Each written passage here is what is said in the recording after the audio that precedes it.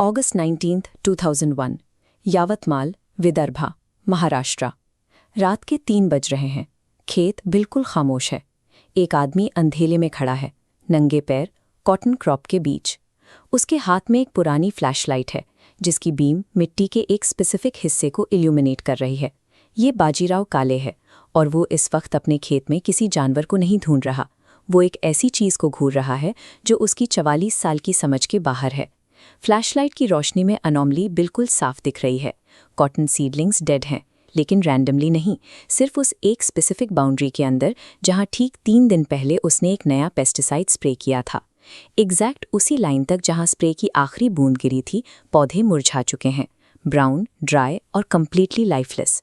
और उस लाइन के ठीक उस तरफ बाकी पूरा खेत हरा है। बाजीराव के पास कोई इंस्टीट्यूशनल प्रोटेक्शन नहीं है। उसके पास 6 एकर्स की ज़मीन है जो बाप दादाओं से मिली थी। उसके सर पर डेट है, वही लोन जो विदर्भा के हर किसान के शोल्डर्स पर होता है। उसकी लाइफ एक ऐसी प्रिकेरियस एज पर बैलेंस करती है जहां एक खराब फसल का मतलब है टोटल रूइन। उसके पास कोई लॉ डिग्री नहीं, ना ही कोई इंग्लिश स्पीकिंग लॉयर। उसके पास सिर्फ उसकी मिट्टी है। 44 साल की खेती ने उसे एक अनडिनाएबल लॉजिक सिखाई है। हेल्दी क्रॉप्स ओवरनाइट नहीं मरती। सीडलिंग्स अचानक से एक ज्योमेट्रिक लाइन में कोलैप्स नहीं करती। केमिकल ने उन्हें मारा है, और उस केमिकल पर एक मल्टीनेशनल कंपनी का लोगो छपा हुआ था। बाजीराव को लीगल लैंग्वेज नहीं आती, लेकिन उसे पता है कि उसके खेत में अभी अभी एक एविडेंस जनरेट किया है। विदर्भा इंडिया का वो हिस्सा है जो एक डार्क स्लो मोशन ट्रेजेडी का सेंटर बन चुका है। ये कॉटन बेल्ट है। 2001 से 2010 के बीच इस रीजन में अनुमानित 60,000 से ज़्यादा किसानों ने सुइसाइड किया। एक अनएंडिंग साइकिल, मौसम खराब, फसल बर्बाद, लोन का डिफ़ॉल्ट और आखिर में डिस्पेयर। हर मौत के पीछे डेट और क्रॉप फेलियर का एक रिजिड मैप था। इस फाइनेंशियल ट्रैप का ट्रिगर एक छोटा सा पेस्ट था, बॉलवर्म। ये इंसेक्ट कॉटन क्रॉप को अंदर से खाकर खोखला कर देता है। किसानों के पास कोई नेचुरल डिफेंस नहीं बचा था, जिसने उन्हें केमिकल्स पर पूरी तरह डिपेंडेंट बना दिया। उनकी डेस्परेशन ने पेस्टिसाइड्स के लिए एक massive, high stakes market create किया। कंपनीज ने इस मार्केट को अग्रेसिव मार्केटिंग से फिल किया। उनका मेन प्रोडक्ट था एंडोसल्फन। इंटरनेशनल साइंटिफिक सर्कल्स में इसकी टॉक्सिसिटी पर डिबेट चल रही थी। इसके एनवायरमेंटल परसिस्टेंस के एविडेंस मिल रहे थे, लेकिन विदर्भा के गांव में रिप्रेजेंटेटिव सैंपल्स देते थे और क्लेम्स करते थे जिन्हें वेरीफाई करने का कोई जरिया फार्मर्स के पास नहीं था। बाजीराव ने पहला स्टेप रूल्स के मुताबिक लिया। वो यावतमाल के गवर्नमेंट एग्रीकल्चरल ऑफिस गया। उसने कंप्लेंट फाइल की, फॉर्म भरा, ऑफिसर ने फॉर्म लिया और कहा कि इन्वेस्टिगेशन होगी। बाजीराव ने इंतजार किया। 2 महीने बाद जब वो वापस गया फॉलोअप करने के लिए, तो उसे बताया गया कि उसका फॉर्म सिस्टम में एग्जिस्ट ही नहीं करता। रिकॉर्ड गायब था। कवर अप्स हमेशा वायलेंट नहीं होते। अक्सर वो एडमिनिस्ट्रेटिव साइलेंस का सहारा लेते हैं। जब एक सिस्टम का फ्रंट डोर लॉस्ट पेपरवर्क के बहाने बंद होता है, तो वो विक्टिम की थकान पर बैठ करता है। वो रिलाई करते हैं कि एक ऑर्डिनरी फार्मर के पास इतना वक्त और रिसोर्स नहीं होगा कि वो एक गुमशुदा कागज का पीछा कर सके। बाजीराव ने आउटसाइड हेल्प ढूंढी। वो एक लोकल एनजीओ के पास गया, विदर्भा जन आंदोलन समिति। उन्होंने एक साइंटिस्ट को भेजकर सॉइल सैंपल्स टेस्ट करवाए। रिजल्ट्स ने वही कंफर्म किया जो बाजीराव देख चुका था। सॉइल में chemical toxicity level safety limit से काफ़ी ज़्यादा थे। सीडलिंग डैमेज केमिकल एक्सपोजर के साथ कंसिस्टेंट था। एविडेंस अब पेपर पे था, लेकिन एक सैंपल कंपनी के लॉयर्स के लिए आइसोलेटेड इंसिडेंट था। इसीलिए बाजीराव ने अगले 2 साल एक ग्रूलिंग मैनुअल इन्वेस्टिगेशन में लगा दिए। वो 11 डिस्ट्रिक्ट्स में लगातार घूमा, बस से पैदल, हर उस खेत तक जहां वही पेस्टिसाइड यूज हुआ था। वो किसानों से मिला, उनकी मिट्टी देखी और उनसे वही सवाल पूछा, क्या आपका भी खेत स्प्रे के बाद मरा? उसने हर एंट्री को एक नोटबुक में लिखना शुरू किया, हर किसान का नाम, उसका विलेज, प्रोडक्ट का नाम और कंप्लेंट का स्टेटस। 2 साल बाद उसकी नोटबुक एक डॉक्यूमेंट बन चुकी थी।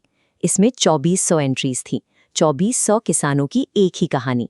मल्टीनेशनल कंपनीज क्लेम कर सकती हैं कि एक किसान ने केमिकल गलत तरीके से स्प्रे किया, लेकिन वो ये क्लेम नहीं कर सकती कि 11 अलग-अलग डिस्ट्रिक्ट्स के 2400 किसानों ने एग्जैक्ट एक ही दिन एक ही तरह की गलती की। एंट्रीज का ये वॉल्यूम यूजर एरर के आर्ग्यूमेंट को मैथमेटिकली इम्पॉसिबल बना देता है। 2003 में जब ये केस कंज्यूमर फोरम गया तो इम्बैलेंस साफ था। कॉरपोरेशन के लॉयर्स एक्सपेंसिव सूट्स और टेक्निकल ब्रीफ्स के साथ आए। बाजीराव के पास सिर्फ उसका रजिस्टर था। प्रोसीडिंग्स इंग्लिश में थी, जो बाजीराव समझ नहीं सकता था। वो पूरी तरह एक ट्रांसलेटर पर डिपेंडेंट था, जो सिस्टम और उसके बीच की एक प्रिकेरियस लिंक थी। कंपनी ने अट्रिशन की स्ट्रैटेजी यूज़ की, एंडलेस डिलेज, ज्यूरिसडिक्शन पर ऑब्जेक्शंस, टेक्निकल लूप होल्स ढूंढना। उनका गोल केस जीतना नहीं था, बल्कि उसे इतना लंबा खींचना था कि बाजीराव के लिमिटेड फाइनेंसेस और उसकी हिम्मत दोनों खत्म हो जाए। हर हियरिंग बाजीराव के लिए एक नया ट्रैवल खर्चा थी, जो आखिर उसके छोटे से फार्म से निकलता था। इस पीरियड के बीच बाजीराव के रजिस्टर में लिस्टेड एक किसान ने सुसाइड कर लिया। क्रॉप फेलियर और डेट के प्रेशर ने उसे तोड़ दिया। बाजीराव उसकी फ्यूनरल पर गया। उसने वहां फैसला किया कि वो पीछे नहीं हटेगा। वो अब सिर्फ अपने खेत के लिए नहीं लड़ रहा था, वो उसके लिए लड़ रहा था जो अब बोल नहीं सकता था। लोकल मीडिया कवरेज ने एक दिल्ली बेस्ड लॉयर का ध्यान खींचा। उसने प्रो बोनो सपोर्ट ऑफर की। केस अब लोकल कंज्यूमर फोरम से निकलकर सीधा दिल्ली पहुंच गया, सुप्रीम कोर्ट ऑफ इंडिया। एक कॉटन फार्मर अब देश की हाईएस्ट कोर्ट में एक मल्टीनेशनल जायंट के सामने खड़ा था। प्रोसीजरल एग्जॉस्शन सिस्टम का सबसे बड़ा वेपन है। वो आपसे बहस करके नहीं हराते, वो आपको सिर्फ क्लॉक और बैंक अकाउंट के जरिए हराते हैं। वो इंतजार करते हैं कि कब एक ऑर्डिनरी इंसान अपनी डेली सर्वाइवल के लिए जस्टिस की जिद छोड़ देगा। सुप्रीम कोर्ट में लड़ाई 7 साल चली। 2011 में कंपनी के लॉयर्स ने केस को डिसमिस करवाने की आखिरी कोशिश की। उन्होंने कहा कि बाजीराव का हैंड रिटन रजिस्टर हियरसे है, यानी सिर्फ सुनी सुनाई बातें। उन्होंने आर्ग्यू किया कि बिना थर्ड पार्टी वेरिफिकेशन के इन 2400 एंट्रीज की कोई लीगल वैल्यू नहीं है। केस खत्म होने की कगार पर था। बाजीराव ग्राउंड पर वापस गया। अगले 2 साल उसने उन्हीं 2400 किसानों को दोबारा विजिट किया। इस बार उसने उनके टेस्टिमनीज को लीगली बाइंडिंग एफिडेविट्स में कन्वर्ट किया। उसने हर एक किसान से सिग्नेचर लिए और नोटरी से उन्हें वेरीफाई करवाया। उसने सिस्टम की वेरिफिकेशन की डिमांड को इतने मैसिव स्केल पर फुलफिल किया कि उसे इग्नोर करना पॉसिबल नहीं बचा। कोर्ट में 2400 नोटराइज्ड एफिडेविट्स पेश किए गए। हर एफिडेविट एक इंडिविजुअल स्वॉन ओथ थी। कंपनी का डिफेंस कोलैप्स हो गया। लॉयर्स के पास इस फिजिकल वॉल्यूम ऑफ टेस्टिमनी का कोई टेक्निकल जवाब नहीं था। मई 2011 में सुप्रीम कोर्ट ने एंडोसल्फान पर नेशन वाइड बैन का इंटरिम ऑर्डर दिया। इस केस ने इंटरनेशनल रेगुलेटरी बॉडीज को ग्राउंड लेवल डेटा प्रोवाइड किया, जो पहले मिसिंग था। रॉटरडैम कन्वेंशन और WHO के असेसमेंट्स में इन 2400 टेस्टिमनीज को साइट किया गया। 2011 के अंत तक स्टॉकहोम कन्वेंशन ने एंडोसल्फान को ग्लोबली फेज आउट करने के लिए वोट किया। 80 से ज्यादा कंट्रीज ने इसे बैन कर दिया। कॉर्पोरेशन स्प्रेडशीट्स और एब्स्ट्रैक्ट डेटा के पीछे छुप सकती है, लेकिन जब उन्हें 2400 लोगों की स्वॉन टेस्टिमनी का सामना करना पड़ता है तो उनका लीगल डिफेंस इनडिफेंसिबल हो जाता है। उन्होंने लॉजिक के खिलाफ लड़ना सीखा था, लेकिन वो इतनी मैसिव ह्यूमन रियलिटी के लिए तैयार नहीं एक्सेसिव थे। जिस दिन फैसला आया, बाजीराव यावतमाल में अपने खेत में था। वहां कोई शोर नहीं था, सिर्फ खामोश खेत थे। उसने एक ऐसी मल्टीनेशनल जायंट को हरा दिया था जिसका रेवेन्यू उसके रीजन की GDP से कंपेयर किया जा सकता था। लेकिन जीत का एहसास विदर्भा की मिट्टी की तरह ड्राई था। कॉस्ट परमानेंट था। 7 साल की कोर्ट बैटल ने बाजीराव को फाइनेंशियली तोड़ दिया था। उसके खेत का हिस्सा डेट चुकाने में गया। उसका बेटा कॉलेज नहीं जा सका क्योंकि फीस के पैसे नहीं बचे थे।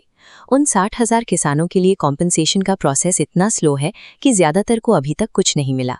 लेकिन एक विक्ट्री फाइनल थी। एक स्पेसिफिक केमिकल एक्सपोजर जो हर सीजन किसानों को बीमार और बैंकरप्ट कर रहा था, वो रास्ता हमेशा के लिए बंद हो गया। एक डॉक्यूमेंटेड पाथवे ऑफ हार्म को ग्लोबल पॉलिसी के जरिए खत्म कर दिया गया।